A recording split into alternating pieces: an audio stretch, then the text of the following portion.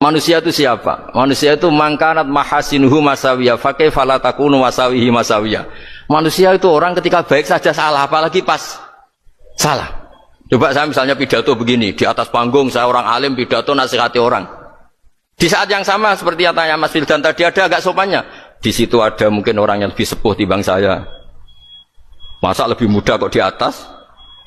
Yang di bawah lebih tua. Ada agak sopannya. Mau nggak pidato disuruh, mau di atas disuruh, nggak sopan sama yang. Tapi misalnya yang paling sepuh pidato nggak pernah ngaji kok pidato, terus gimana? Artinya ketika kita baik saja ada salahnya, apalagi pas salah.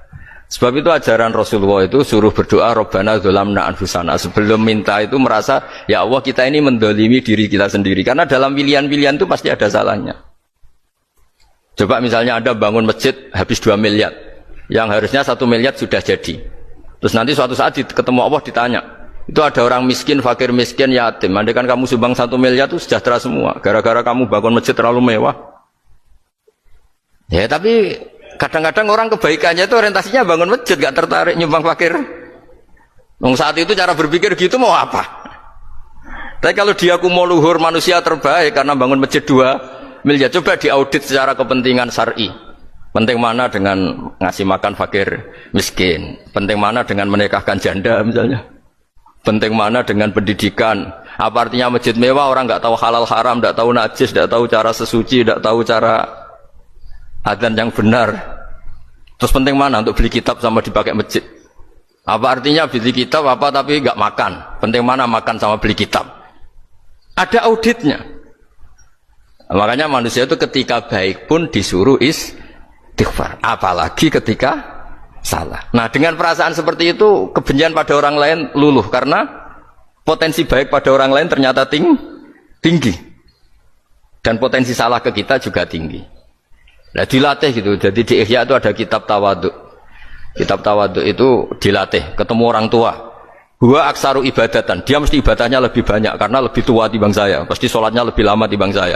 Ketika Anda sudah tua melihat anak-anak, huwa aqallu minni maksiatan, mesti maksiatnya tidak banyak karena masih kecil.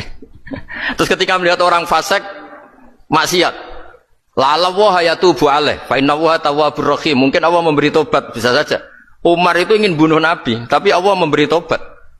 Yang sowan kiai saja tidak mesti dapat tobat. Umar ingin bunuh Nabi, tapi Allah memberi tobat. Akhirnya ya tobat jadi Islam yang baik. Dalam sejarah Wali Songo, Kalijogo sowan Sunan Bonang itu ingin garong, tapi malah jadi muridnya jadi wali. Kalau Allah sudah menghendaki tidak ada ya. Perang Uhud orang Islam kalah itu karena panglimanya siapa? Khalid bin Walid. Tapi dia malah yang dapat hidayah. Nah sama orang yang sekarang Anda benci, bisa saja Allah merencanakan ada apa? Hidayah di situ. Dan kita yang merasa benar, jangan saja ada rencana Allah bikin kita su'ul khotimah, naudzubillah min dzalik, kan tidak pernah tahu. Nah, dari tidak pernah tahu itu orang diusahakan tawadhu. Wa ma adri ma yuf'alu bi wala bikum, kita tidak pernah tahu.